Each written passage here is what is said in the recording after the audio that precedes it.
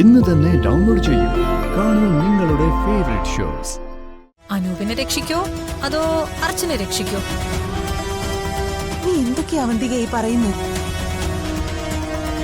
നിന്റെ ഭർത്താവിനെ കൊല്ലാൻ കൊണ്ടേന്ന് കൊടുക്കാന്ന് സച്ചിയ ചെങ്കൽ മധുവിന് വാക്കുകൊടുത്തു.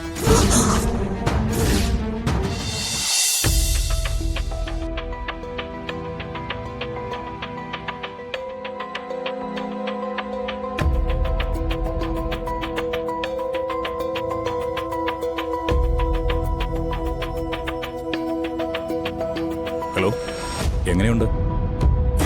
ആർക്കും സംശയമൊന്നുമില്ലല്ലോ അല്ലേ? ആർക്കും ഒരു സംശയമില്ല. ഒരു കാര്യായിട്ടാ ഇങ്ങനെ വേണം നടത്താൻ. കുത്തു കിട്ടിയത് കിഡ്നിക്കാണല്ലേ? അയാൾക്കിനി എന്തിനാ കിഡ്നി? എന്നെ ചതിച്ച അയാൾക്ക് ഇത് തന്നെ കിട്ടണം. നിങ്ങളത് നല്ല വെടിപ്പായിട്ട് തന്നെ ചെയ്തു. പിന്നെ ഞാനിപ്പോ മൂർത്തി വിളിച്ചത് വേറൊരു കാര്യത്തിന്. എന്താ? ഹോസ്പിറ്റലിൽ എന്തെങ്കിലും അത്യാവശ്യമുണ്ടോ? ഒരു അത്യാവശ്യമില്ല. അവിടെ ആവശ്യത്തിനുള്ള ആളുകളൊക്കെ ഉണ്ട്. എനിക്ക് ഒരാളുടെ നമ്പർ വേണം. ആരുടെ നമ്പറാ വേണ്ടത്? ചെങ്കൽ മധു വലിയ ഗുണ്ടാ നേതാവാണെന്നാ കേട്ടിട്ടുള്ളത്. എന്താ മൂർത്തി അറിയോ അയാളെ? അറിയുമെന്നോ? അവരൊക്കെ വലിയ ആളുകളാ. രാഷ്ട്രീയക്കാരുമായിട്ടൊക്കെ വലിയ പിടിപാടുള്ള വലിയ ആളുകൾ. ഈ നഗരം ഭരിക്കുന്നത് അവരൊക്കെയാണെന്ന് വേണമെങ്കിൽ പറയാം. നമുക്കൊന്നും സങ്കല്പിക്കാൻ പോലും കഴിയാത്ത തരത്തിലുള്ള ഗുണ്ടാ നേതാവാണ് ചെങ്കൽ മധു. സെറ്റിൽമെന്റ് മധു എന്നും ആളുകൾ അയാളെ വിളിക്കാറുണ്ട്. സെറ്റിൽമെന്റ് മധു? അതെന്താ? മധു ഇവിടെ മാത്രം ഗുണ്ടാപ്പണി നടത്തുന്ന ആളല്ല. മധു നേരിട്ട് പോയി ആരെയും തല്ലാറുമില്ല. പക്ഷേ ലോകം മുഴുവൻ പറന്നു നടന്ന് ഏത് പ്രശ്നവും സെറ്റിൽ ചെയ്യും. അതിന് നല്ല കാശും വാങ്ങിക്കും. അല്ല, ഇപ്പൊ എന്തിനാ അയാളുടെ നമ്പർ? നമ്മളെ ഒരു പുതിയ കളി തുടങ്ങാൻ പോകുന്നു. ആ കളിയില് നമുക്ക് ഏറ്റവും വേണ്ടപ്പെട്ട ആളാണ് ഈ ചെങ്കൽ മധു. തനിക്ക് അയാളോട്ട് എന്തെങ്കിലും പ്രശ്നമുണ്ടോ? ഏയ്, എനിക്കെന്ത് പ്രശ്നം? എന്നാ പിന്നെ വേഗം അയാളുടെ നമ്പർ എടുത്ത് തരാൻ നോക്ക്. ഇന്നെ വേണം. നമ്പർ എന്റെ കയ്യിലുണ്ട്. ഞാൻ ഇപ്പൊ തന്നെ മെസ്സേജ് ചെയ്തേക്കാം. പക്ഷേ ഒരു കാര്യം പ്രത്യേകം സൂക്ഷിക്കണം. എന്താടോ താൻ അങ്ങനെ പറഞ്ഞത്? അയാളെ ഡീൽ ചെയ്യുന്നത് സൂക്ഷിച്ചു വേണം. ഇല്ലെങ്കിൽ ചിലപ്പോ തിരിഞ്ഞു കൊത്തിയെന്നും വരും. അങ്ങനെ തിരിഞ്ഞു കൊത്തുന്നതിനെയൊക്കെ തല്ലിക്കൊല്ലാനുള്ള വിധി എനിക്കറിയാം. താൻ അതിന് നമ്പർ അയക്കും. ബാക്കിയൊക്കെ നമുക്ക് നേരിട്ട് സംസാരിക്കാം. ശരിയെന്നാ.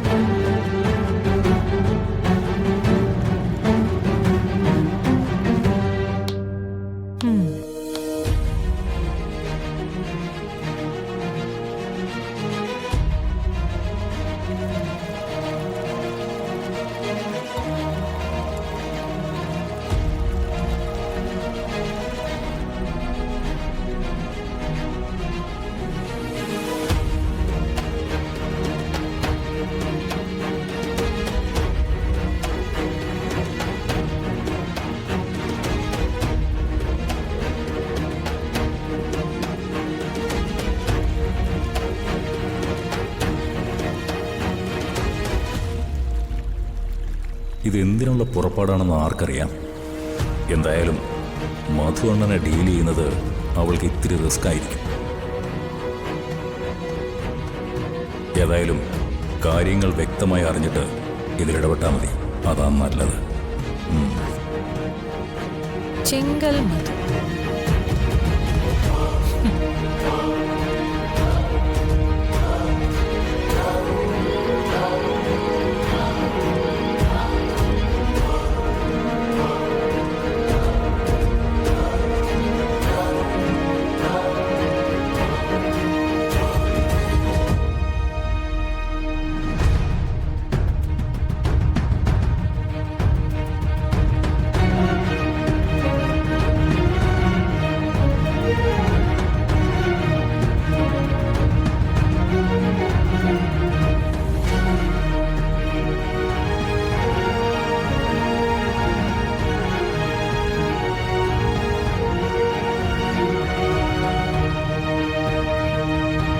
അച്ഛാ, ഇതുകൊണ്ടൊന്നും ഒന്നും അവസാനിക്കാൻ പോകുന്നില്ല. നീ എന്താ പറഞ്ഞു വരുന്നത്? ആ ഗുണ്ടയോട് കള്ളം പറഞ്ഞതിന്റെ ഫലം എന്താണെന്നറിയോ? സച്ചേട്ടൻ പറഞ്ഞത് സത്യ. ആ സമയത്ത് എന്നെയും കുഞ്ഞിനെ രക്ഷിക്കാൻ വേണ്ടിയാ ആ കള്ളമൊക്കെ പറഞ്ഞത്.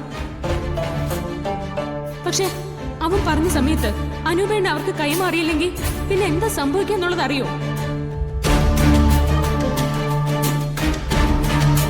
അനൂപിനെ സച്ചി ആ ഗുണ്ടയ്ക്ക് കൈമാറാന്ന് പറഞ്ഞ കാര്യം നീരെ അറിഞ്ഞ വൃന്ദാവനത്തിൽ ഒരു ഭൂകമ്പം തന്നെ ഉണ്ടാവും. ഇനി അർച്ചനയ്ക്കുള്ള പണി കൊടുക്കേണ്ടത് അവളുടെ വീട്ടിൽ നിന്ന് തന്നെയാ. ഇതിനേക്കാൾ നല്ലൊരു അവസരം എനിക്ക് കിട്ടാനില്ല.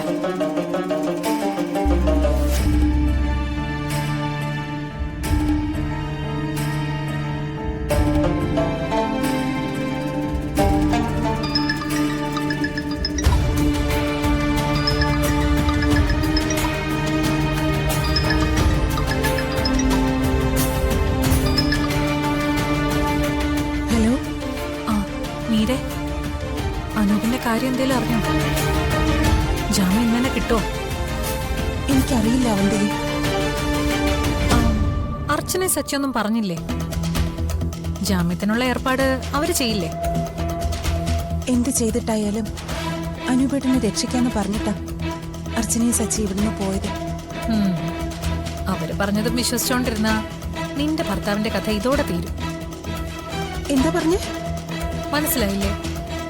കാര്യങ്ങൾ ഇപ്പൊ നീ വിചാരിക്കുന്നതിനേക്കാളും വഷളായിക്കൊണ്ടിരിക്കുക. സച്ചി ഒരിക്കലും അനൂപിനെ രക്ഷിക്കാൻ ഒരു ചെറുവിരൽ പോലും അനക്കാൻ പോകുന്നില്ല.